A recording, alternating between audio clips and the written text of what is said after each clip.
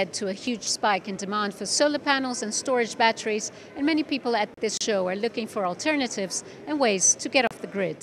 This show is actually so beneficial because looking at all the exhibitors here, most of them are assisting us with finding ways and means to combat this, I would call an illness we have in South Africa, because it has impacted us a great deal, you know, in the business sense and also in the domestic sense. We're actually looking for alternative from Eskom to solar system.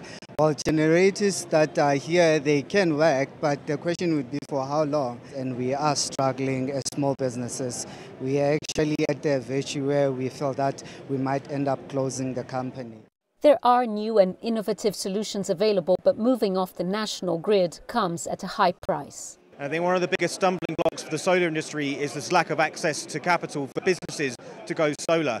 And businesses in South Africa and the rest of Africa are suffering. Energy bills are accelerating very fast. They want to go solar, but they don't have the capital.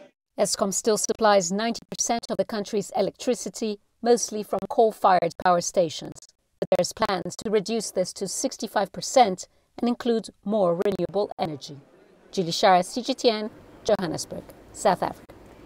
Let's take a short break now. Here's what's still ahead on the program. The greatest adventures. Here in Canada, this weir allows the locals to walk on water. We're far more than just TV news. We're your passport to the wonders of Africa. To bring you stories of struggle, survival and hope.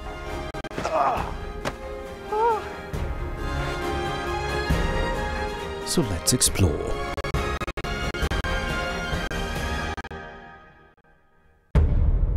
CGTN. See the difference.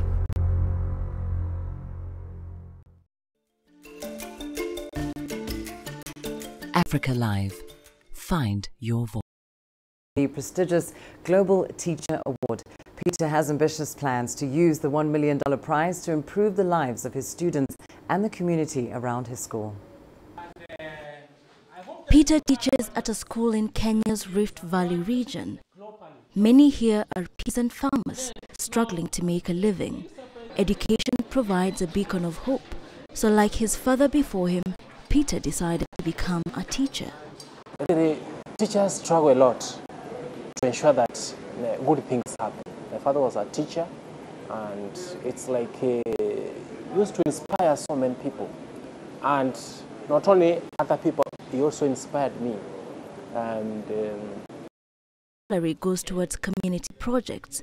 He runs a peace club at the school and coaches his students in sciences. He also teaches the community about sustainable farming methods. On this day, Peter Tabichi's life changed forever. At a ceremony held in Dubai, the 36-year-old Kenyan science and maths teacher won the Global Teacher Prize 2019 and was crowned the best teacher in the world. It was a proud moment, one that he hopes will trickle down to transform the lives of his students. And with a Global Teacher Prize of $1 million, he is about to scale up his projects. First at his school, I cannot solve all the problems facing the continent, facing the world. I'm just going to do a few things here and there that other countries, other people will.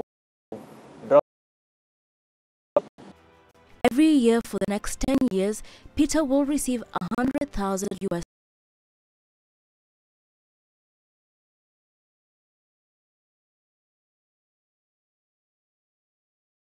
Using human urine. He says the global award shows that people are research. They want to know, is it up and running yet? Can they start making bricks, in the rest of Africa?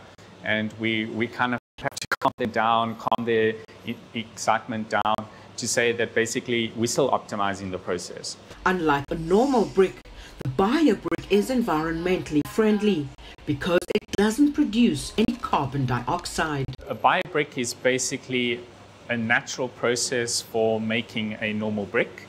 And so we use the same process that you would use to make, say, for example, coral reefs. So we utilize bacteria, sand, and the urea found in urine to basically create this biobrick. The team uses the urine donated by university students in its quest to make science accessible to the public. The fact that we're rethinking waste as a resource is actually achieving a sustainable future. So we need to move towards a circular economy where we start recovering value from these various waste streams, urine being one of them. It's been very satisfying seeing the way that we can change the way we view waste to be something that is an important resource. Like, who knew that you could ever make something like this out of urine? And who knows what else we could recover from it if we dare to think outside the box. The next step will be to make the bricks stronger so they'll be commercially viable. Right now, though, the BioBricks research team needs plenty of urine donations and much more funding. Renate Alcom, CGTN, Cape Town, South Africa. Well, let's now shift gears and get into the world of music. The Jazz Festival in the South African city of Cape Town is renowned for assembling some of the world's best talent. Let's take a look at how the latest edition went down. This year marks the Cape Town International Jazz Festival's 20th anniversary. The theme, Partnership for Sustainable Development. 2 days of sensational music attracted both local as well as international fans. You cannot leave out fashion, music, art out of each other. They're all together, they're infused. It's one language, you know what I'm saying? It's all creativity, and that's what it's all about. Affectionately known as Africa's grandest gathering, the festival annually showcases great talent on 5 stages, with more than 40 artists performing. I think that to just keep writing and playing live. Live is one of the most important things. And you know, entertaining people, because I think that that's what spreads the name and the energy. I just came here today to listen to music, to follow some artists I know, and just keep on loving and supporting the people that I know. We're all here about music. The festival is beautiful. I love it. Performers this year included international stars like Chaka Khan, Gypsy Kings, Curiosity Killed the Cat, and an array of African talent, among many others. It's a good coincidence, you know, hey, 20 years, you know. And our message, first for our set, people should not anticipate, you know, like we don't do anything like the way anyone is used to, you know, like we do it our own way, you know, and take your time. It's gonna be weird for the first 3 to 5 minutes, but it's gonna get you, and once it gets you, like, I don't think you'll ever experience anything like what is gonna get you. Over 37,000 music, arts and culture lovers got to get together for the 2 nights. 56% of them are said to be from out of town, an indication of cultural tourism. It's a line of diversity for both the artists and the fans, and many look forward to more world-class entertainment in the years to come.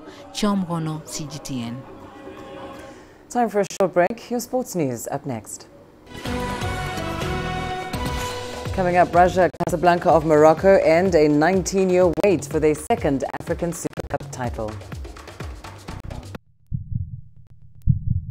Africa, where champions are made, records are broken, legends are born. We're there for every goal, for every knockout, for every step of the way. Match Point, only on CGTN.